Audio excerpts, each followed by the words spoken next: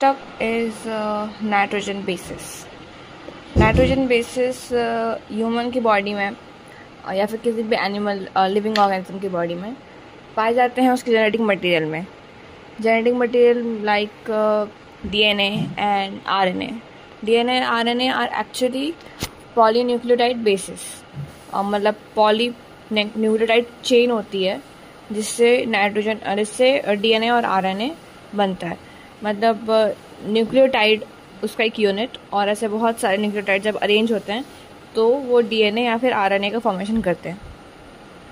तो उस न्यूक्लियोटाइड के स्ट्रक्चर में क्या क्या होता है पहले वो देखेंगे।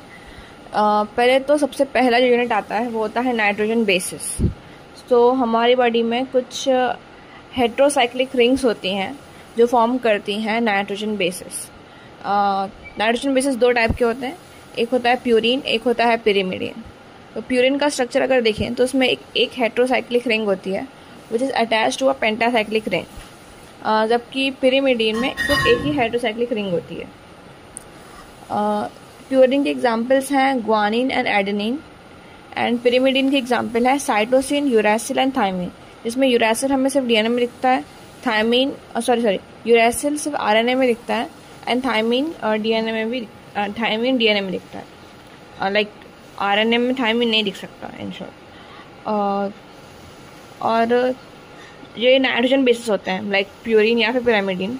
अगर इन दोनों में से कोई भी एक, सपोज कि हम एडेनिन एग्जाम्पल लेते हैं, तो एडेनिन अगर किसी पेंटोस शुगर से अटैच हो जाए तो उसको बोलते हैं न्यूक्लियोसाइड। मतलब nitrogen base plus a pentose sugar forms a nucleotide. तो वहाँ पे जब एक एन ग्लाइकोसिडिक लिंकेज से, लाइक पेंटोस शुगर के पहले कार्बन से एन ग्लाइकोसिडिक लिंकेज से एक नाइट्रोजन बेस अटैच होता है तो उसको बोलते हैं न्यूक्लियोसाइड।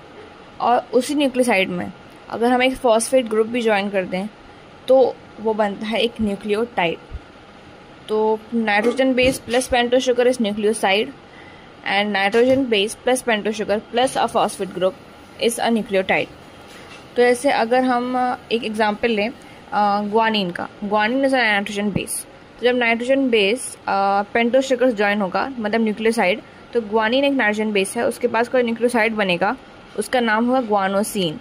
एंड अगर फॉस्फेट ग्रुप जुड़ जाएगा it will be called as guanylic acid. Same as adenine में अगर पेंटोस शुगर जुड़ेंगे तो it will be called as adenosine, और अगर उसमें फॉस्फेट ग्रुप भी जोड़ देंगे तो it will be called as adenylic acid. वैसे ही थायमिन, थायमिडीन एंड